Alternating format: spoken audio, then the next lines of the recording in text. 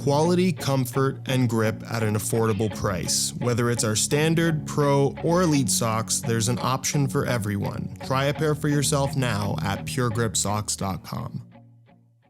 If you're looking for the craziest, most tech-forward experience from your football boots possible, look no further than these two right here. So which one's better?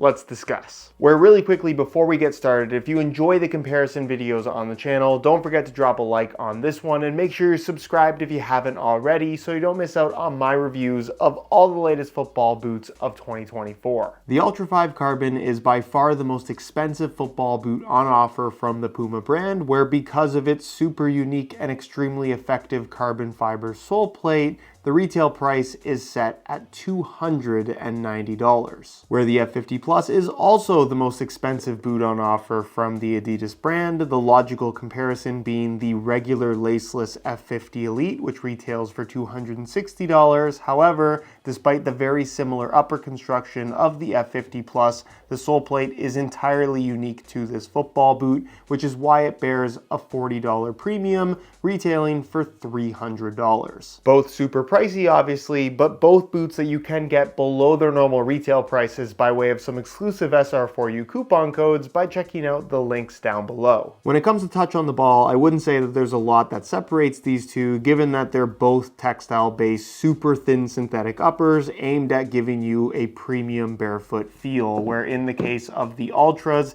it's thin, it's pliable, it has a little bit of sponginess to the internal liner. However, that only really translates to a little bit of a softness in feel against your foot, whereas when it comes to making contact with the ball, there's really no padding here at all. It feels very raw and pretty much like you're not wearing any boots at all. It has that super barefoot sensation, where the F50 Plus doesn't have that internal padding. It's maybe a little bit more rigid against your foot, but not in a way that I would personally say is uncomfortable. But of course, it is a laceless design, which admittedly does give the feel of the upper a very clean sensation in that there genuinely is no obstruction whatsoever. But of course, there are trade-offs to a laceless upper that may or may not be your cup of tea. So when it comes to giving you the best barefoot feel, it's pretty hard to separate these two. They both do an excellent job. Where these two boots do differ quite significantly though is as it relates to grip on the ball, where the main difference here is, would you prefer something that's a little bit more sticky on the ball or something that's a little bit more gritty on the ball? Where the Ultras feature Puma's Grip Control Pro technology, which is not something that's really been promoted all that much in the marketing material for this boot. The focus has definitely been around the fact that it has a carbon fiber sole plate. However, on the surface, it has a little bit of like a soft wax sensation that isn't dissimilar to that of the Nike grip material found on the current crop of top-end Mercurial. So in general, if you're looking for that more controlled sensation in the sense that the upper is that little bit sticky on the ball, without being too sticky, of course. If you're somebody that tends to drag the ball a lot, you might find these to be a little bit too grippy. But if you like the idea of having somewhat of a control element in addition to a super thin barefoot feel that you typically expect from a speed boot upper, there's a lot to like about what they've done here. Where the F50 Plus, like all the top-end F50 variants, is going to have a sprint web micro texturing on the surface. The Plus model definitely has the most texturing across the entire foot, where in this colorway you can see it in the form of little silver lines that are raised on the surface, giving this boot a very gritty texture to the touch that does ultimately give you additional grip on the ball. It's very noticeable and something that you can actually hear, but it's not to the point where I would say that it's sticky. It's just providing enough grip where the ball isn't slippery on the surface. So for those that were fans of the Nike Phantom GT series as an example, I would say that this is arguably just as effective, if not more so, in terms of giving you that additional grip without, again, being overly sticky. So at the end of the day, it is a matter of personal preference. If you're somebody that tends to drag the ball a little bit more, the gritty texture of the F50 Plus might be a little bit better for you versus the sticky texture of the Puma Ultra. It's just a matter of what type of feel that you would prefer. Less grip or more. Which leads us into what I would argue is the main area of focus for these two football boots, and that is sole plate technologies, where both, despite being so different, aim to achieve the exact same thing, and that is to provide the most responsive underfoot feel possible, all in the name of speed. And what I mean by responsiveness is when you put energy into the sole plate from flexing it when pushing off, that energy is returned in a response from the sole plate propelling you forward. Where in the case of the F50s, it's still a variation of the Sprint Frame 360 outsole that you'll find on the normal F50 Elite. However, there is technically a double sole plate construction. So you can see there's plastic above this foam and below it, where technically Lightstrike Pro, I know, isn't a foam, but to the average person, you're gonna look at this, you're gonna touch it, it's squishy like a foam material. The idea of these two inserts sandwiched in between a top and a bottom sole plate, kind of acting as a protective layer, but also a carrier, is that this foam is going to compress and again, add to that bouncy, responsive sensation of what is ultimately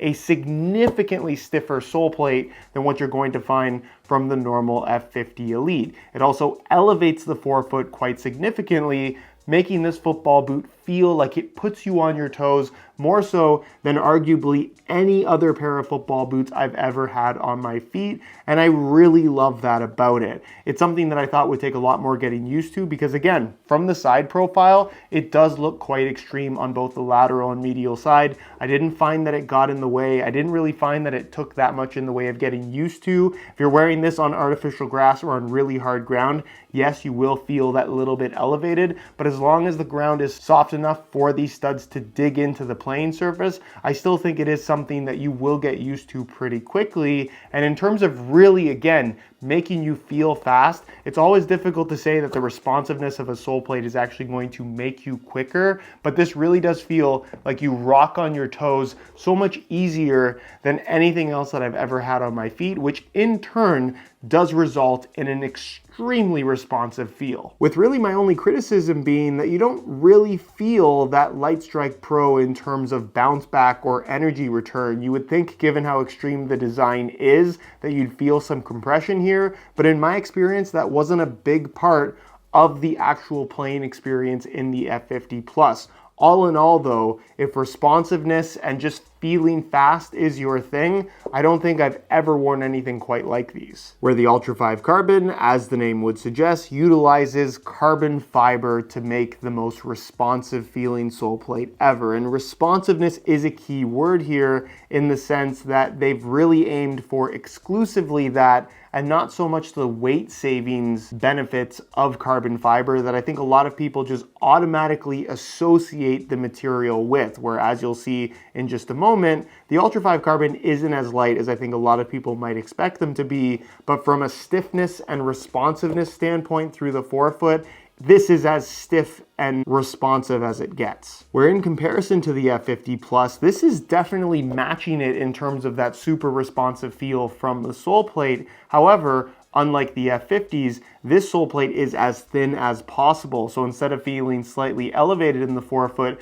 you feel as close to the ground as possible, but also incredibly solid underfoot. This sole plate is so structured, I almost can't compare it to anything else that we've ever had in the world of football boots. I know a lot of people like to draw comparisons to the carbon fiber sole plates that Nike used to put out on the Superfly series, but this is entirely different. It's a new animal altogether and really does feel like it's carbon fiber being implemented in such a way where it's actually benefiting the responsiveness of the football boot rather than something that just kind of looks cool, which is how I've always viewed the carbon fiber sole plates from Nike. Not that they were bad, but they are nothing like what Puma have done here. The Ultra 5 Carbon really feels like an elite level sprinter spike turned football boot. If you're looking to have that close to the ground, incredibly responsive, but also somewhat stiff sensation underfoot, this does that better than anything else out there. When it comes to traction, you once again have two distinctly different setups, both of these boots only being available with FG stud patterns,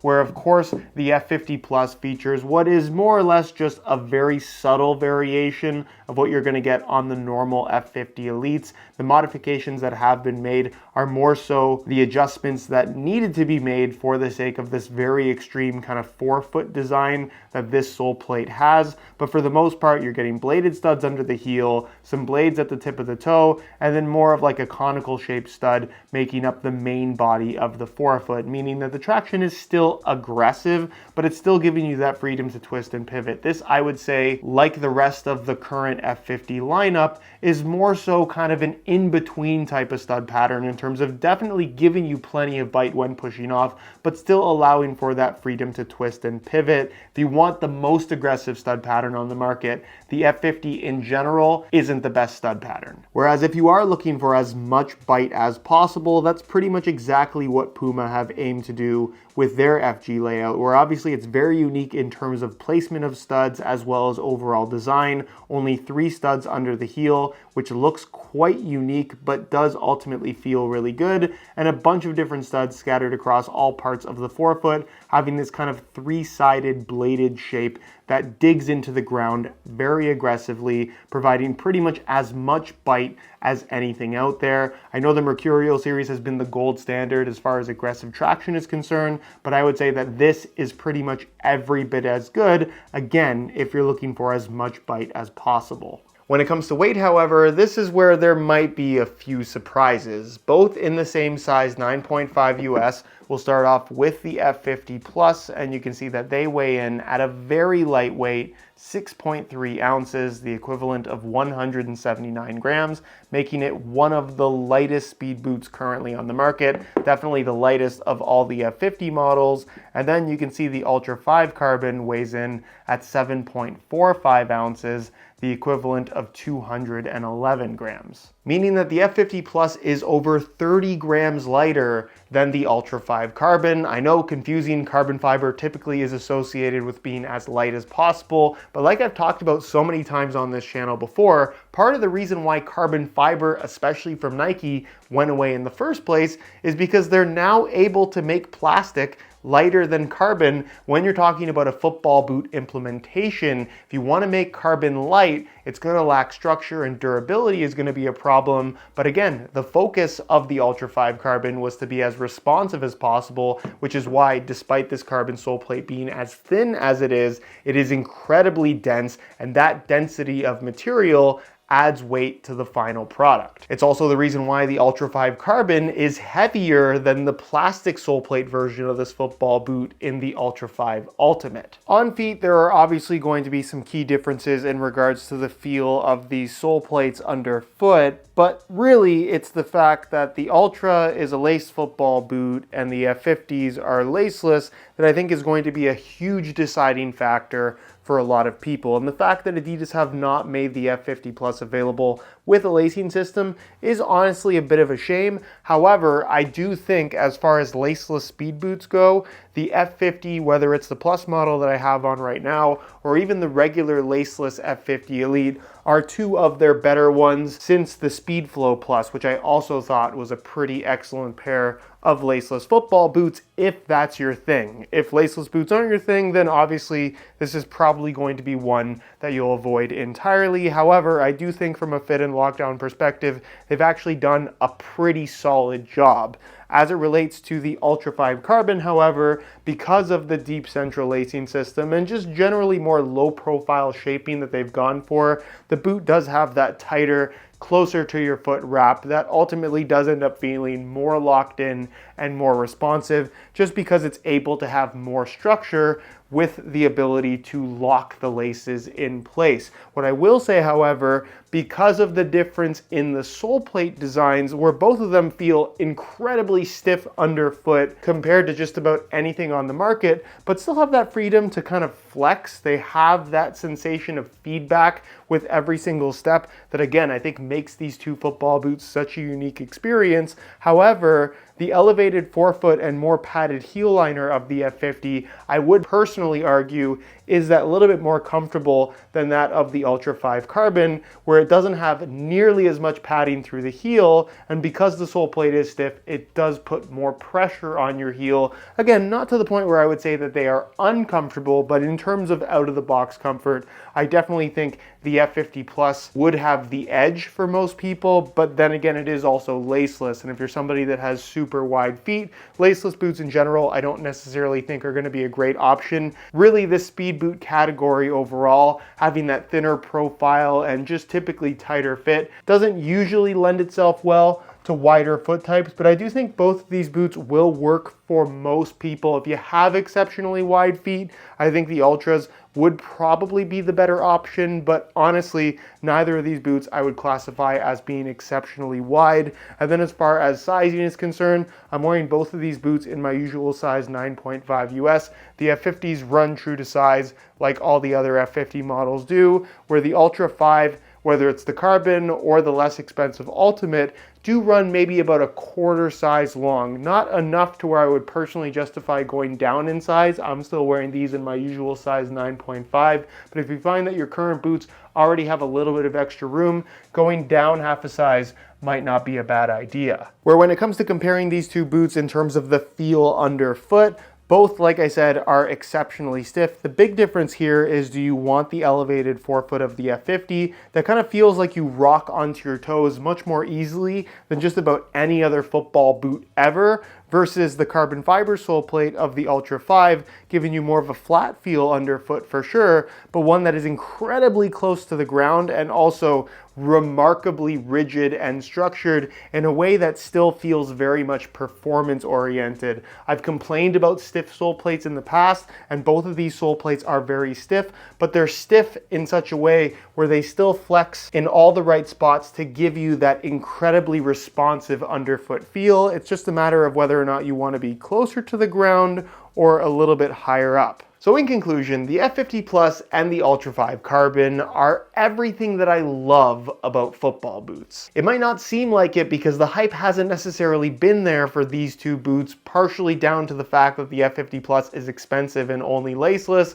and the Puma Ultra is a Puma product retailing for nearly $300, but don't be surprised if these two sole plate technologies become the new norm in the world of football boots in the very near future. As far as which one you should pick, obviously it's going to depend a lot on personal preference. I think if you're really after that kind of sprinter spike sensation, despite the Ultra 5 Carbon maybe not being as light as some of the other speed boots, the stiffness of this sole plate underfoot and the general way that it fits really does make this feel incredibly fast, and like I've talked about throughout this entire video, very, very unique, whereas the F50 Plus is noticeably lighter on feet, but the fact that it is a laceless upper certainly isn't for everybody. If you're into the laceless thing and looking for a unique responsive experience, I love the sensation of this elevated forefoot. And while I think there are some people that maybe need a little bit of time to get used to it because it is ultimately very different from every other football boot on the market,